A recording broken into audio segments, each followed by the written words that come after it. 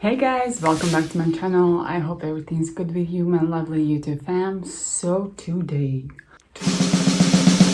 I'm going to be reacting to 4 Non-Blondes. What's up? Live. So if you want to see my reaction, then please keep on watching.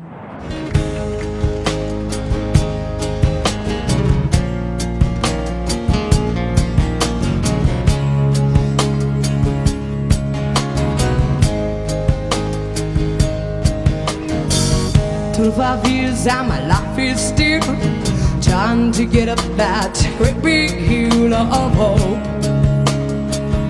for a destination. I realized quickly when I knew I should that the world was made up of this brotherhood of man, for whatever that means. And so it cries sometimes when I'm lying in bed just to get it all out what's in my head, and I'm feeling a little peculiar. And so I wake in the morning and I step outside and I take a deep breath, then I get real high and I scream from the top of my lungs, what's going on?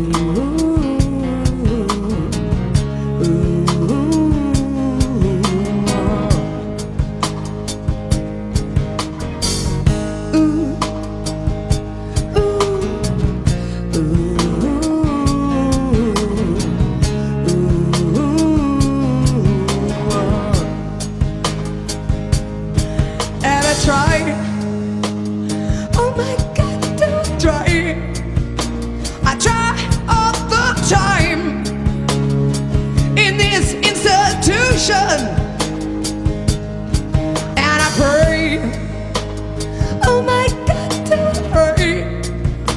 I pray every single day for a revolution. And so it cries sometimes when I'm lying in bed just to get it all out what's in my head. And I'm feeling a little peculiar. And so I wake in the morning and I step outside and I take a deep breath and I get real high and I scream, oh, what's going on? And I say, hey, yeah, yeah, hey, yeah, yeah. I said, hey, oh, what's going on? And I say,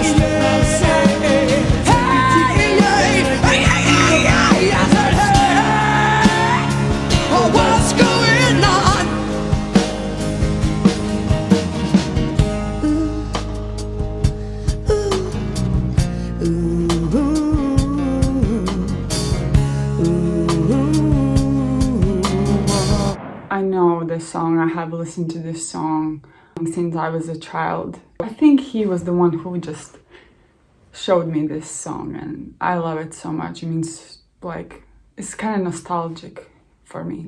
Talking about the song in general, it's so beautifully built and it's a very, very hard song to sing and she did it exceptionally. And I'm reminding you, this was totally acoustic set. and it was mostly her guitar and her voice.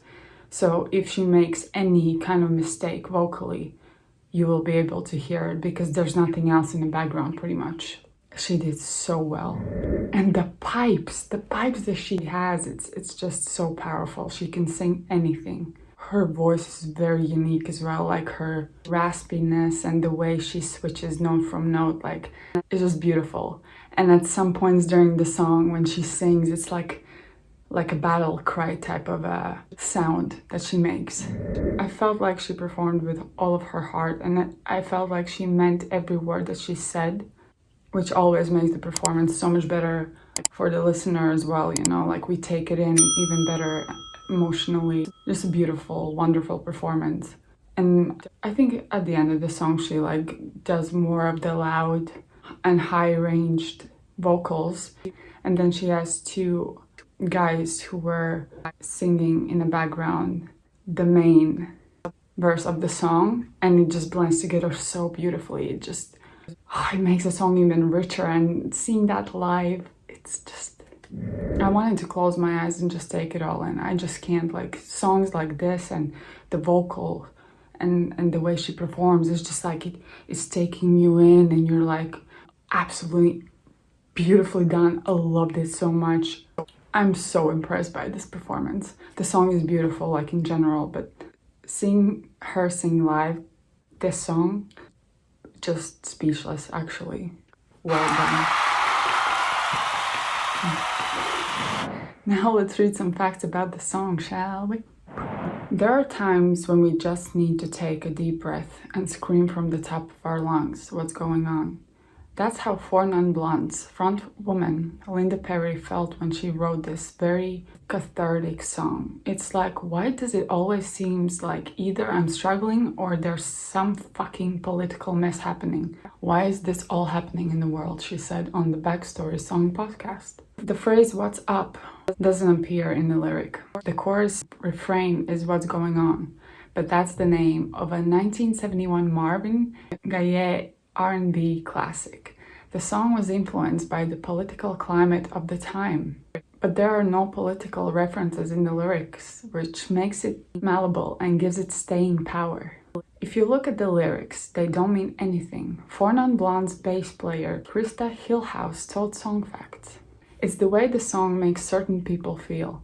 In Europe, where they're not speaking English, they know every broken English word, and that song makes them feel something. I knew right when we played it, the song made the whole room feel this thing. It's a connection to humanity. Certain simple songs, that's what they do. There's an honesty there that breaks through, that people can relate to. Then of course they played that song to death, and a lot of people are really sick of it. It also had to deal with "we're living, we're broke. All we do is play music," she added. It was a weird time, the late 80s. We were living pretty raw, but when you're an artist and you're living that raw experience, you're so much more open and exposed with your feelings. We definitely weren't poseur types. We have always been pretty honest as individuals. The song was an expression of something Linda Perry, was feeling, and it ended up being a pretty universal experience. There's just something there that's pure, that you almost can't define, and that's the thing. We were just living as honest a life as we could, and I think the music that came out of it had heart. This was the first top 40 hit by an openly lesbian group. Somehow, the Indigo Girls never got higher than number 52. Four Non Blondes started in San Francisco in 1989 and gained traction at the time when record companies were looking for authentic female rockers who could translate to the pop realm. Classic. Krista Hillhouse told Song Facts the story. "We did really well in San Francisco. We got a lot of press and we were selling out all of our shows. With the labels, once one of them looks at you, they all jump in line. A&R people are so brainless. If you're getting attention because people are coming to your shows, they will check you out, but once one of them approaches you, they all approach you." We ended up signing with Interscope in June 1991. We had a shop with a couple of other labels, but we kind of freaked them out because we were kind of weird. At the time, we were all women. We were all gay. That's what the time before, it was the cool thing to do. I don't even think KD Lang was out of the closet yet. I think the marketing thing threw a lot of labels off because they are always looking at marketing. Even by the end of the 80s, the record companies had really switched to where they were looking for the band that they had that one hit. They wanted one hit, and then who knows after that? They didn't really develop act anymore. When we got signed, they knew What's Up sounded like a hit. Perry ad-libbed the lyrics instead of writing them down. They flowed out of her in about 30 minutes. Hill House recalled, for a short time Linda had quit her job and she was living with me in this little 2-bedroom flat in San Francisco. She wrote the song when she was in a room down the hill. I was in my bedroom having sex and I stopped because I heard her playing that song.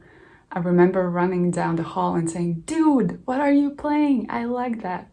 We had a lot of rock, trashy stuff back then, but Linda always would pull her ballads out, and I remember being struck by it. She kept looking at me going, "Does this sound like something? Am I plagiarizing someone?" I said, "Finish the song, it's beautiful." I caught on at our shows right away. People really liked it. After the end, and I scream at the top of my lungs, "What's going on?" Line is the chorus. Linda Perry sings, "Hey, hey, hey, hey." She put this part in as filler, planning to insert lyrics, but the song sounded so good the way she left it. Linda was the one who was always schmoozed by the record company. I think she was encouraged to break up the band and do her own thing. As a band, we were uncontrollable to the label. Our first record we had creative control over, but we left certain songs off the record because they were really controversial and we figured that the record company wouldn't push the record that way. By the second one, it's like, hey, let's do what we want, but then you have different goals. As a band, we're going to fall apart. We're all fire signs. We kick ass, took names, and worked our asses off. But once your goals are split as a band, it's like being married and wanting different things. One person wants kids, and the other wants to travel around the world. You're going to fall apart, and that's exactly what happened. It got so stressful, within a couple of weeks, the whole mood changed, and Linda just wanted out. I said, "Dude, do what you gotta do." Kurt Cobain had just blown his head off, and I was like, music is supposed to be fun. If your art is not fun, then fuck it. It more had to do with the pressure of the label, the way they treat artists these days. Even if you have made them $1 bazillion, which we had at that point, 5 million CDs, think about how much money that's gathering for Universal. But it doesn't matter. They keep their noses planted firmly up your ass. What's Up wasn't a huge hit when it was released, peaking at number 14 in the USA. But in the streaming era, it became one of the most popular songs from the 90s, crossing the billion mark on YouTube in 2021. It was just the 5th video from that decade to hit that mark, following November Rain, Smells Like Teen Spirit, Zombie, and I Will Always Love You. Interesting that all of these songs were from first half of the decade. That's insane. Like, the whole label thing, I think, especially by now, we know so much more, but they don't care about artists. Like, so many artists have spoken out about that. They just care about the money. And if you don't make the money anymore, that's it, bye. They don't care about them. And it's like, you know, they're the money making machine for them. It's not a person to them. It's ridiculous. Tale as old as time. Like, seriously, you know? Oh my gosh. It just kind of annoys me, to be honest.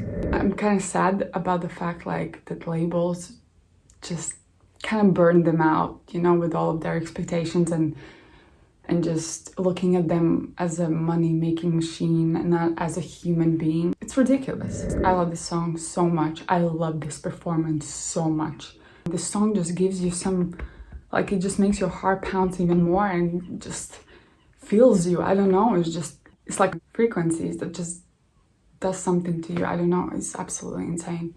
I loved it so much. Please let me know down below in the comments what did you thought about this song, as well as please let me know to which other song should I do a reaction on next. Thank you guys so much for watching. If you enjoyed this reaction video, then please like my video, subscribe to my channel right now, and until my next video, bye guys.